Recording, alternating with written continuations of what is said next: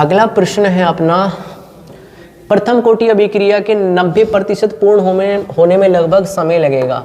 अब देखिए प्रथम कोटि की जो अभिक्रियाएं होती हैं वो होती हैं जहां पर आपका जो दर स्थिरांक होता है, जिसको हम यहाँ पे के बोले तो रेट कांस्टेंट बोलते हैं, वो आपका सॉरी अरे कोई एक सेकेंड, उसकी तरफ नहीं बढ़ते, हम डायरेक्ट क्वेश्चन को सॉल्व करते हैं। आपको ये पता है कि माना कि मेरे पास ए एक अभिकारक है और बी क्या है, मेरे पास एक उत्पाद है। जब आपका समय 0 होगा, मतलब जब आपकी रिएक्शन स्टार्ट नहीं हुई है, तो ए की जो यहाँ पर सांद्रता होगी, कॉन्सेंट्रेशन होगी, वो आपकी 0 होगी।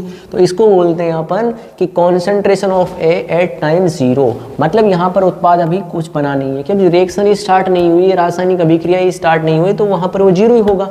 दूसरी चीज़, अब ये बात कर रहा है 90% जब रिएक्शन कंप्लीट हो चुकी है। 90% कंप्लीट का मतलब ये है कि यहाँ पर 90% उत्पाद बन चुका है। 90% का मतलब क्या होता है, 0.9 एनोड। ये क्या बन चुका है, प्रोडक्ट बन चुका है, उत्पाद बन चुका है। अच्छा बचा कितना होगा फिर 90%, 10%, और 10% कितना होता है, 0.1 एनोड। ठीक है, जो ये चीज़ निकल के आई है ये आपका एटी होता है। और एटी क्या होता है अपने पास, कॉन्सेंट्रेशन ऑफ ए क्या है यहाँ पर, अभिकारक है, और टाइम की बात कर रहे हैं हम, कितना, टी की बात कर रहे हैं। मतलब टी टाइम पर ये कॉन्सेंट्रेशन है या फिर मात्रा है ए की। फिर इससे हमें क्या मिला, हमें यहाँ से एक चीज़ मिली, ए टी की वैल्यू मिल गई यहाँ पर 0.1 एनोड, और एनोड तो आपका है ही है, खैर यही चीज़ तो मिली ना। हाँ, एक एक चीज़ बारीकी से समझेंगे ताकि आपको आगामी परीक्षाओं में किसी प्रकार की कोई दिक्कत का सामना नहीं करना पड़े। मैं बोलता हूं कि एक भी अंक आपका नहीं कटना चाहिए जो आगामी परीक्षाएं हो रही हों। ठीक है, इस चीज़ का आप बहुत अच्छी तरीके से ध्यान रखोगे।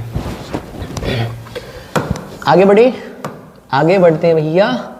तो आगे आपने एक फॉर्मूला देखा होगा प्रथम कोटि अभिक्रिया का, देखा नहीं देखा, अच्छा देखा होगा। हमारे पास फॉर्मूला होता है T = 2.303 अपॉन के यहाँ पर K होता है, और यहाँ पर आपका log 10 बेस Q होता है। और Q क्या होता है यहाँ पर, concentration of reactant anode upon के concentration of anode by eighty. ये अपना होता है, ये इंटीग्रेटेड रेट लो होता है फर्स्ट ऑर्डर रिएक्शन के लिए। इसको जानते हो, और इसको भी नहीं जानते फिर ये समझ लेना कि तुमने चैप्टर को पढ़ा ही नहीं है, अध्याय को यहाँ पर पढ़ा ही नहीं है, मैं ये मानता हूँ अगर ये नहीं पता तुम्हें।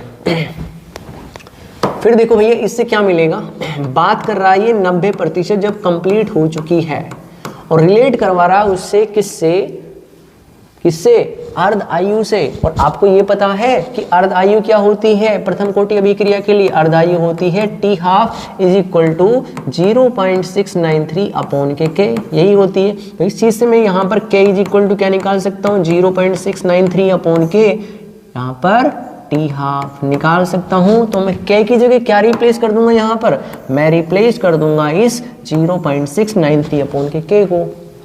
हरी बात समझ में, तो अपन यही कार्य करते हैं। तो यहाँ पर अपना T 2.303 अपॉन के K को मैंने बोल दिया 0.693, और T½ को ऊपर खींच दिया, अर्धायु को ऊपर खींच दिया। log आपका एनोड, तो एनोड रहेगा, और AT की वैल्यू मुझे एनोड बाय कितनी मिली है, 0.1 एनोड। 90% पर कितना है, 0.1 एनोड। एनोड से आपका एनोड खत्म हो गया, इस डेसिमल को मैंने हटाया तो ऊपर 10 हो गया, और log 10 कितना होता है अपना, 1 होता है। कितना होता है भैया, 1 होता है। तो यहाँ पर अपने पास T½ अगर आप निकालोगे तो 2.303 अपॉन के 0.693, और यहाँ पर आपका T½ ही रहेगा। तो आप T½ नहीं, T90%, ठीक है। ये कितना होगा आपका, T90%, ठीक है। तो T90% कितना हो जाएगा अपना, एक बार इसे कैलकुलेट करके देखते हैं।